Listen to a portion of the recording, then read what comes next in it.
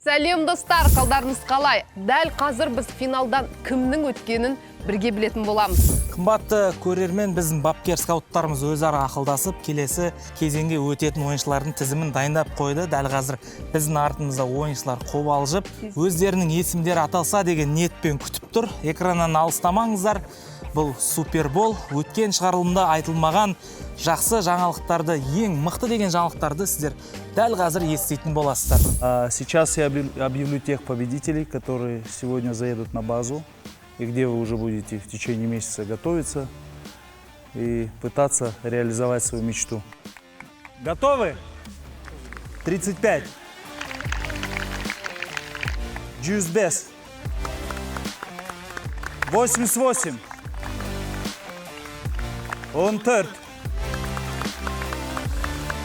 19. 3.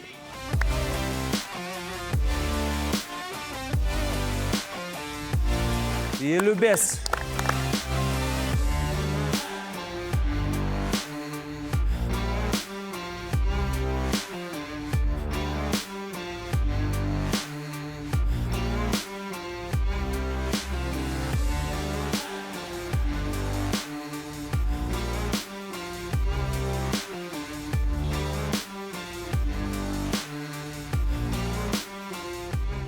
Жігіттер, соңғы қатысушы. 28. Хорошо, ребят, всем удачи, всем спасибо за работу.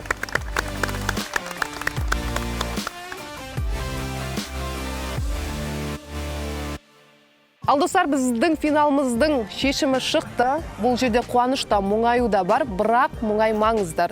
Резервте тұрасыздар, сіздерге хабарласады. Құрметті көрермен, 59 қатысушы келесі кезеңге өтті. Дәл сол жігіттермен біз қазір биік футболдық базасына баратын боламыз. Медициналық тексерістен өтеміз. Арнамыздан алыстамаңыздар. Бұл супербол, біздің YouTube канал. Коммент жазыңыздар, тіркеліңіздер.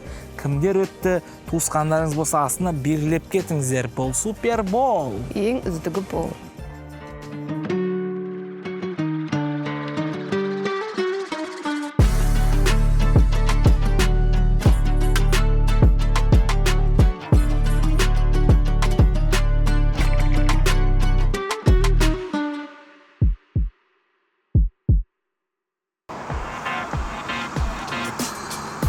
Бұл Шымкент қаласы, биік спорт базасы, 5000-нан аса әуесқой футболшылардың ішінен 59 қатысушы таңдап алынды.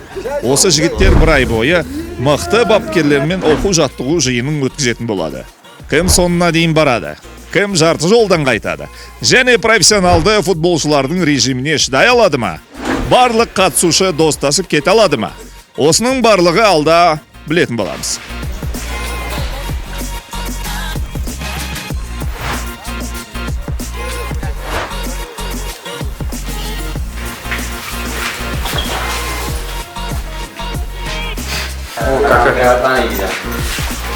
О, открывай.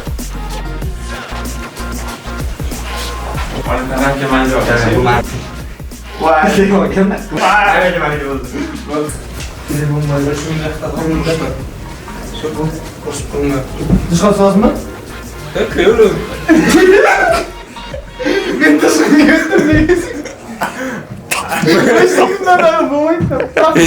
Қымбатты көрермен, күні кеше біздің кастингіміз өте кеш аяқталып, біз түнде қатысушылармен бірге биік спорт базасына қоныстадық. Ал дәл қазір таң атпастан медициналық тексеріске келдік. Денсаулыққа байланысты барлық жалпы тексерістен өтесіздер. Оның ішіне өтпей қалатын жігіттер супербол жобасын тоқтататын білесіздер ғой. Денсаулық бірінші тұрады. Одан кейін бізде футбол тұрады, яғни супербол тұрады. Біз сендерден қолағанымыз дейді. Әдет сен былтыр медициналық тексерістен өте алмай қалыпсың, е? Бір ай бойы емделіп, әлі суперболда жүре бердің ба? Жоқ, мен сразу шығып кеттім ол жақтан. Шығып кеттің, емделіп қайтып келдің, е?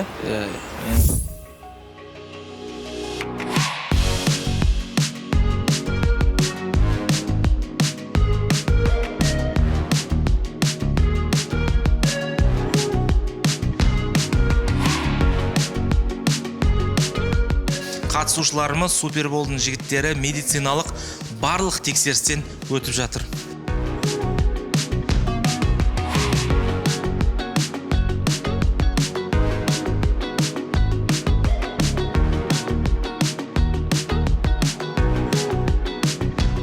балалардың денсаулығы қалай? Енді бәрін көріп жатырмыз. Пока орташа. Орташа. Жаман емес. Жаман емес. Жақсы ғой негізі. Жақсы, иә. Жас қой бұлар. Жақсы істеріңізге сәттілік.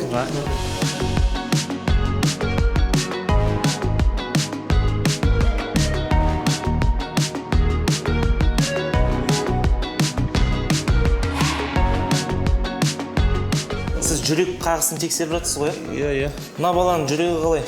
Жаралы ма?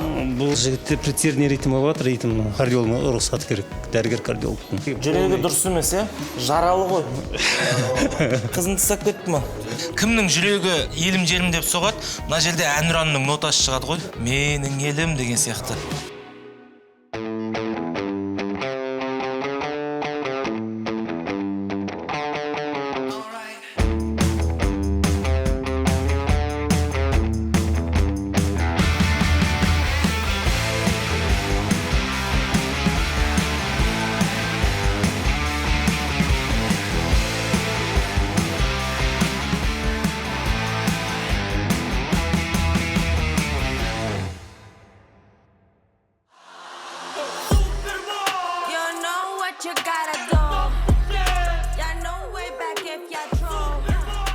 Меня зовут Максим Александрович, помощник главного тренера. Здравствуйте всем, я Шайхсамов Ильдар, тренер вратарей Кайрата. Я Гай Дмитрий Алексеевич, являюсь главным тренером проекта «Супербол». Я являюсь футбольным тренером. Карьера начиналась у меня тренерская в городе Кызылорде, Кайсарк. Борманец Виталий Викторович, 8 лет проработал в Академии Кайрат. Здравствуйте, меня зовут Ульшин Александр Евгеньевич, я родом из Кокштау. Я Ишутин Юрий Борисович, воспитанник павлодарского футбола. Я Масудов Вахид Юнусович, бывший игрок футбольного клуба «Алматинский Кайрат», 12 лет отыграл в нем. А именно позвал человека, которого хорошо знаешь по его достижениям. Дмитрий Алексеевич Агай.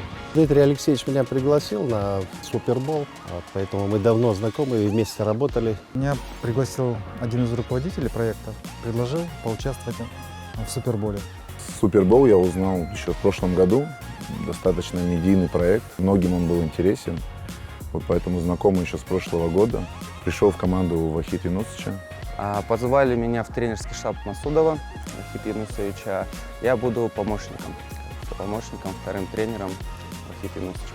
Проект «Супербол» 3 года назад, когда сообщили организацию этого турнира, все, конечно, с интересом начали наблюдать. О проекте «Супербол» я могу сказать, первый раз я чисто случайно увидел в интернете. Это когда были не наши кастинги, не казахстанские, а именно российские. Супербол, да, это не первый год, кстати, проводится Супербол, поэтому видел программу, передачу, когда еще здесь были Смаков, Лори. Поэтому я, в принципе, был в курсе Супербола, знаю, что здесь, для чего здесь собираются люди, для чего футболистов собирают и для чего будем готовить футболистов. Для меня интересный проект, честно, участвовать здесь, да, посмотреть уровень игроков. Новый опыт для меня этот. Конечно, охота показать лучшие качества свои. За этот месяц развить вратарей, показать улучшения и хотим выиграть, конечно. Показать хороший результат. Да, у нас есть план подготовки. Как мы его придерживаться, покажут первые тренировки, насколько ребята могут выдерживать эти нагрузки. То есть план покажет. Возможно, будем корректировать каждую неделю, да, в связи с состоянием ребят. Это пока выносить рано, я думаю. Это будет все покажет поле, покажет командные действия, как будут играть в финальной игре. Сейчас пока рано об этом говорить. Для этого мы сюда и приехали, чтобы помочь ребятам подготовиться к финальному матчу. У нас есть время. Я думаю, что соперник очень достойный, потому что возглавляет ее такой уважаемый наш тренер, как Дмитрий Агай. Поэтому соперничество будет очень серьезным. Я надеюсь, что победит сильнейший. Безусловно, стратегия определенная, она, конечно, есть, я думаю, у каждого тренерского штаба она есть, мы немножко так переговорили с ребятами своими. Не всегда он такой, не только на соревновании заточен, да, он заточен еще на то, чтобы найти и подготовить хорошего футболиста, кого-то. Я думаю, если мы найдем несколько человек, да, то это уже будет большая победа в этом проекте. Ну, вот почему-то мне кажется, что нам удастся это сделать. Конечно, мне будет интересно посмотреть на эту битву, потому что два тренера, которые много проработали в футбольных структурах на высшем уровне, поэтому будет зрелищно посмотреть то, что получится. Ну, конечно, нам интересно, вот, но достаточно сложная задача на самом деле, потому что чтобы за короткое время ребята смогли показать себя, раскрыть себя и показать результат. Ну и хотел бы пожелать там зрителям, это как будет такой проект «Финальная игра», чтобы болели, поддерживали ребят. Это самое главное, то есть ощущается на поле, когда ты играешь, поддержка болельщиков. От этого хочется только идти вперед и давать результат. Болейте за нашу команду, за Дмитрия Алексеевича Агаева. Приходите на футбол 15 июня, поддержать футболистов, тренеров, поболеть за красивый футбол. Добро пожаловать. Дорогие и уважаемые болельщики, те, кто следит за нашим проектом, да и тот, кто не следит, тоже присоединяйтесь. Могу смело сказать, да, это хороший, шикарный проект, да, в котором все по-честному. Да, болейте за футбол, болейте за наши команды, за тех, кто вам симпатичен, тем, кто вам дорог, как говорится, да. Все, а мы постараемся все сделать, да, чтобы этот проект, да, он жил, развивался и разрастался, наверное.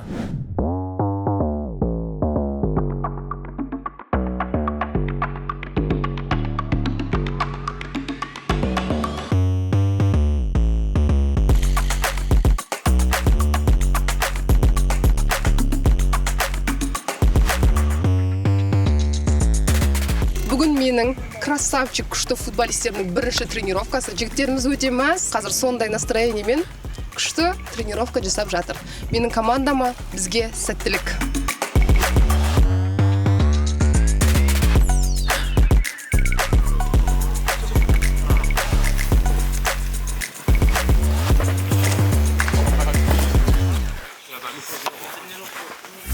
Мен Қойшытаев Әділет, мен осы Супербол жобасының финалистімін.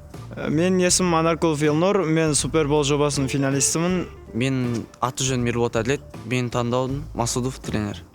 Мен Ринат Саламат, Суперболдың финалистімін. Мен таңдауым Масудов. Здравствуйте, мое имя Артем, я финалист проекта Супербол, мой выбор Огай. Менің атым Жалилов Марсель, мен таңдауым Масудов. Мен есімім Амангелдиев Мақсат, мен Супербол проектінің финалистімін, және де мен таңдауым Дмитрий Алексеевич Агай.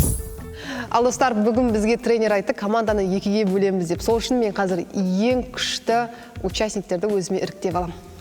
Қымбатты көрермен, сіздерге айтқан болатынбыз, яғни бізде екі бапкер болады, екі команда болады, яғни Масудов Вахид Юнусович Альмирамен, ал Дмитрий Алексеевич Огай, яғни мен Дмитрий Алексеевич Огаймен бірге бір командада боламыз. Жігіттер екі командаға бөлінеді, енді Альмира өзінен бір күштілерін таңдаймын дейді, қыздың жол жіңішке деп бердім саған. Так, мен бірінші жігітті таңдаймын. Бір мужественный, бір сондай не сияқты. Ұнап тұр. Таңда. Құдай жаным. Менің командамда боласың, сені күте тұр мені. Так, короче, мен... на красавчик таңдап алам. Красавчикті? Иә. Сен сондай принциппен таңдайсың ба? Ну, енді доп тебе алу керек, и красавчик болу керек. Жағаласпаш? Красавчиктен бен алып кетші өзіңе. Одан кейін... міне. Корейский киноға түсетін бала сияқты, ондай драмаларға түсетін. Киноға түсетіндерді алып кетші өзіңе. Қарасай, жоқ, сен қарасай. Күшті, машалла. Айтыңыздар, реально андай корейский сериалдардағы бала ұқсайды түрі. Сол корейский балаларды алшы өзіңе. Сосын. Жігіт таңдаймын. Қара. Бұл қандай сериалдарға түседі? Мықты ойнайды. Өте күшті ойнайтын. Мен негізі бұл ана жылы қатысқан бұл бала, мен ойынын көргенім жалпы. Бірақ білмеймін, неге өтпей қалды. Маған ғашық болып қалған негізі ана жылы. Сол өтпей қалғаны, сол ойыны жақсы емес та, сол үшін өтпей қалғанда. Жоқ, ол бала просто махаббат ауруымен ауырып қалды. Жақсы таңдашы тез, махаббат, корейский сериал алшы өзің. Жоқ, саған бердім. Мен наоборот, сен қыздың жол жіңішке деп беріп жатырмын. Сосын, так, айттым ғой бұндайлар. Күшті ойнайды деймін футболды. Ертең жүреміз екеуміз. Футболды ғана ма? Может, басқа жақты да. Білмейсің ғой сен, братан. Сосын, мен аламын. Опа! Вообще красавчик мен саған айтайын бар ғой. Вот. Осыны алам. Осы менің командамда болады. Менің командамда бар ғой, менің жігіттерім незаменяемый. Так что сарқыттарды да. Қымбатты көрермен, Альмира 11 жігітті таңдады. Жалпы былтырдан бері суперболда жүрмін дейді, бірақ футболдың Ф деген әрпін түсіне ма, 11 жігітпен қалай ойнайын деп жатыр. Анан біреуі аяғы ауырып қалды, жаңа қарамайды ойдың ме? Сен де өзің қақпашы алдың ба, вратарь? Менде любой вратарь болса вратарь болып береді, защитник болса защитник болып береді. Жақсы. Футбол деген осы ағайын. Қазір онда Альмира барып қатысушыларға хабарлайық. Кімнің командасына, кім өткенін бірге айтатын боламыз. Өзім мен кеттім, бірінші мен хабарлаймын. Ал жігіттер, барлықтарыңа қайырлы таң, қош келдіңдер. Бүгін ең маңызды күн. Біз екі командаға бөлінеміз. Яғни екі легенда бапкер білесіздер. Дмитрий Алексеевич Огай және де Масудов Вахид Юнусович. Менде екі тренердің таңдап отыр. Маған екеуі де ұнайды, қайда барсам да қуанышты боламын. Дмитрий Алексеевич пен Альмира Юнусович пен бір команда боламыз. Дмитрий Алексеевич Огайдың командасы Юнусов Ислам. Қош келдің, Ислам. Так, ал менің командам Шахзадаев Диар. Алдында екі тренердің таңдап отыр. Маған екеуі де ұнайды, қайсысына барсам да. Жанасов Жантемір. Мухаммад Принц.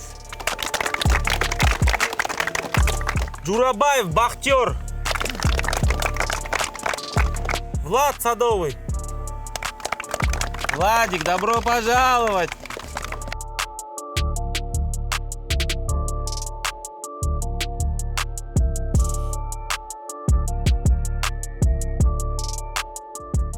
Ал жігіттер, құрметті бапкерлер, уважаемые тренера, уважаемые скауты, участники. Түсінбей қалдым ше, до конца тұрдым. Қарақ қойым, что-то аналарда азғантай адам деп ше.